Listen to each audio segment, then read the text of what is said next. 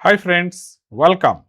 We'll continue to learn Python using AI assistant. So we'll learn both Python and integrate with our AI also. So we can learn how to use the artificial intelligence to enhance our learning experience. So in this, previously we have seen how to, we have gone to Colab platform and done all the setups and all. So we have started with Colab. So no installation is required in your desktop environment. Now we'll see how we'll use variables, why we use variables, and what are the best practices to name a variable. And if time permits, we'll also see what are the different types of variable and how to check these different types and to change one type to other also. We'll learn all about this. Here is our blog post. So you will get all the reading materials from here. You can read it, watch the videos, different questions you can answer, sample examples, everything you will get it here. And also you can get towards the end, you will get a link here. You can see the questions answer for your practice. You can click this, go to GitHub. So from the GitHub, you can download it to save to your system. All the sample example codes are available here, and also you can open in Colab. Click this, so the entire this particular Jupyter notebook will open in your Colab account. So you must log into your Google account while opening in this particular file in Colab. So you can run this, answer all the questions, see the sample examples, and practice your all these scripts on your own Colab platform. Best way to understand a variable is think of a container, a box, or any storage boxes where we store our thing. Go to the kitchen, see that you have containers there, many items are stored. One of such item is a sugar. Say we have kept some sugar in our jar, so we stored it. Now this container is a variable and the data is our sugar. Now let's understand how we'll name a variable.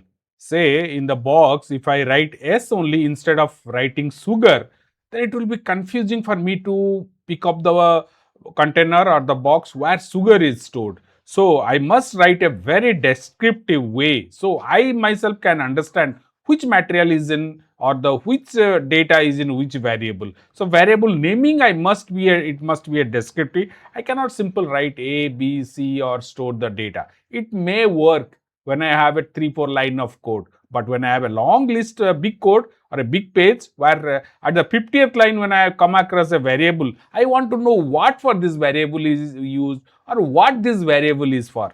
There the descriptive nature or the labeling or the label what I use to put it on the container, same fashion I must describe the variable. Say it's a customer name or a customer age, customer address. So this way, now I will immediately by seeing the variable, I will come to know what the data is inside. Let us start with our Colab. So this we have already in the previously we have seen how to set up, and no setup is required in your desktop. This is a browser based application. See watch our previous videos, you will get all the details. Now here is a cell. Right side you can see my AI assistant is there, Gemini. I can write anything, chart. If any error message is there, I can discuss it, ask him to correct it, all the things I can do. We'll see that also. Now let's just start with a simple variable storing two numbers and adding it up. As we have discussed, instead of giving a equal to 5, b equal to 10, we'll say number 1 equal to 5 and like that descriptive variable names. And before that you can see here right side I am connected already. So let me just start typing it here. Number underscore 1 equal to 5. Now next I will say number underscore 2 equal to say 10. Now I will say one more variable I am giving, output equal to number 1, number 2. See, I will press the tab, it automatically saves, writes everything for me. So print the output, or I myself I can, here I will just change it slightly. I will say print, let me say sum comma output. So now this will the fifth line I am not using it, so it is the comment. So this line is not going to be executed. Up to the fourth line only it will be executed. Since I am connected, I will directly click this. So let's just see. the yeah, you can see here sum equal to 15. It has given me the output.